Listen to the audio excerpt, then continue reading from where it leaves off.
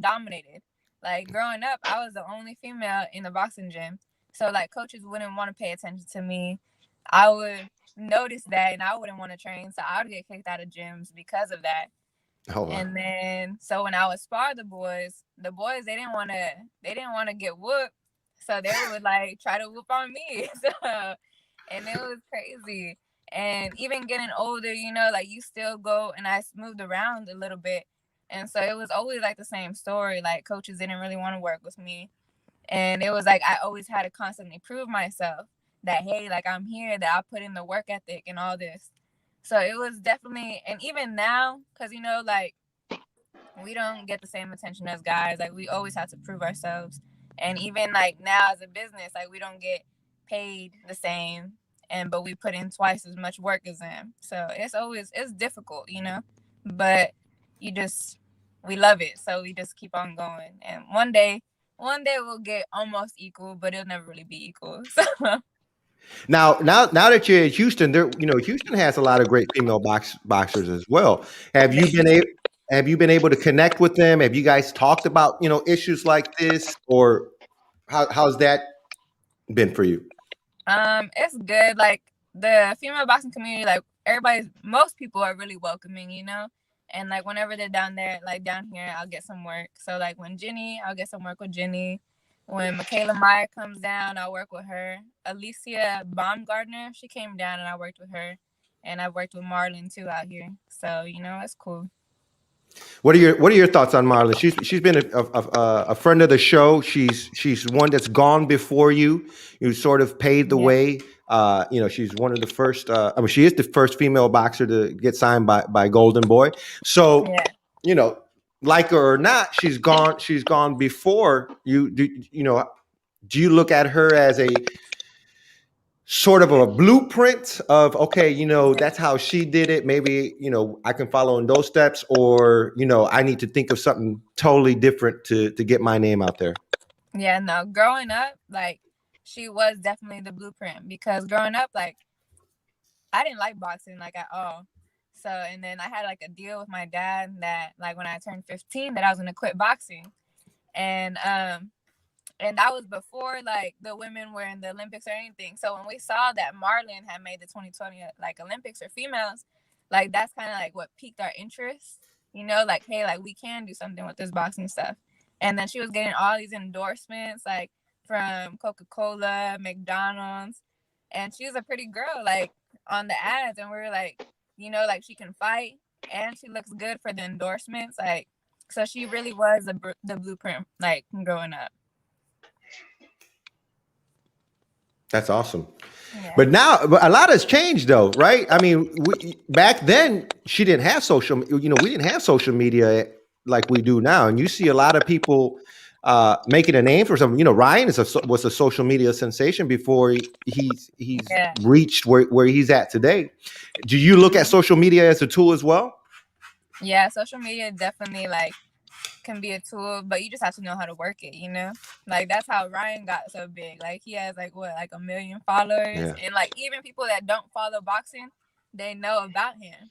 And that's so crazy because like when I was in high school, people would ask me all the time, "Do you know Ryan Garcia? Do you know Ryan Garcia?" And I'm like, "Y'all don't follow a lick of boxing. How do you know about Ryan Garcia?" But that's what's so crazy about social media. I'm a Issa.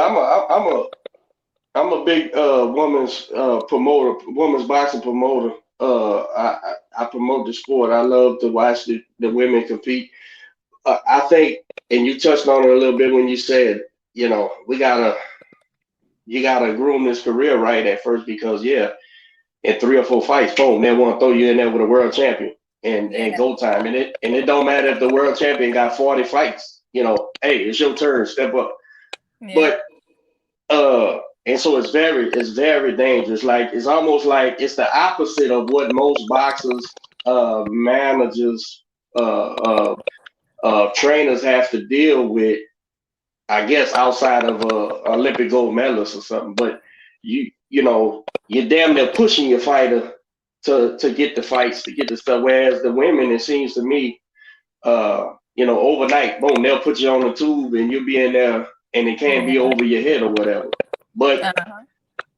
I think a lot gets said about the women not getting paid the same as guys, right? And clearly that must be true, because the top gals say that, right? The top Yeah. gals, they like, and with Clarissa going to MMA and all this, like, I don't know, the catalyst in that, but I'd imagine she's a prize fighter, so it's prizes, right? Money. Hey, yeah. But here's the thing, like, I don't want the girls to lose sight of this. Neither you, I'm a fan of yours. Uh, uh, Jenny, I love Jenny. Know her personally. Michaela, I've met her. I'm a fan of these gals, and I never want y'all to lose sight on this. You know, professional boxing is also it's not really a sport. Meaning, the best in the world, it really doesn't matter half the time if you don't have something that they can sell, right? Because Hmm. it's very capitalist, capitalist, the business. So it's Yeah. like when I hear the girl say, it's like, damn, it's a catch-22, because you only get paid if you draw views, right? Draw used to be Attention.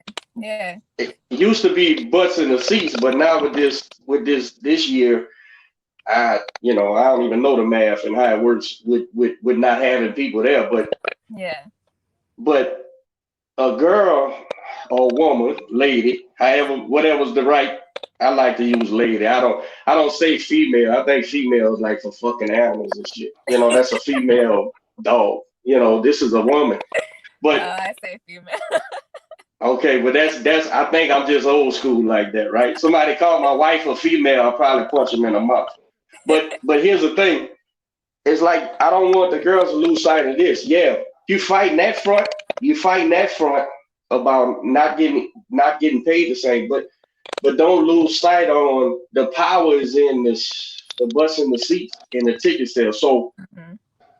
if you pushing it's almost you're damned if you do, because you got to take the loss, but get the seats, the bus and the seats and the ticket sales and the pay per view buys before Yeah. you could even say, I'm not fighting for that, because I know what the gate is.